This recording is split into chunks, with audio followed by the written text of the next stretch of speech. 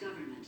Weapons of Class 4 and lower have been authorized for use during the purge. All other weapons are restricted. Government officials of ranking 10 have been granted immunity from the purge and shall not be harmed. Commencing at the siren, any and all crime, including murder, will be legal for 12 continuous hours. Police, fire, and emergency medical services will be unavailable until tomorrow morning at 7 a.m. when the purge concludes. Blessed be our new founding fathers and America, a nation reborn. May God be with you all.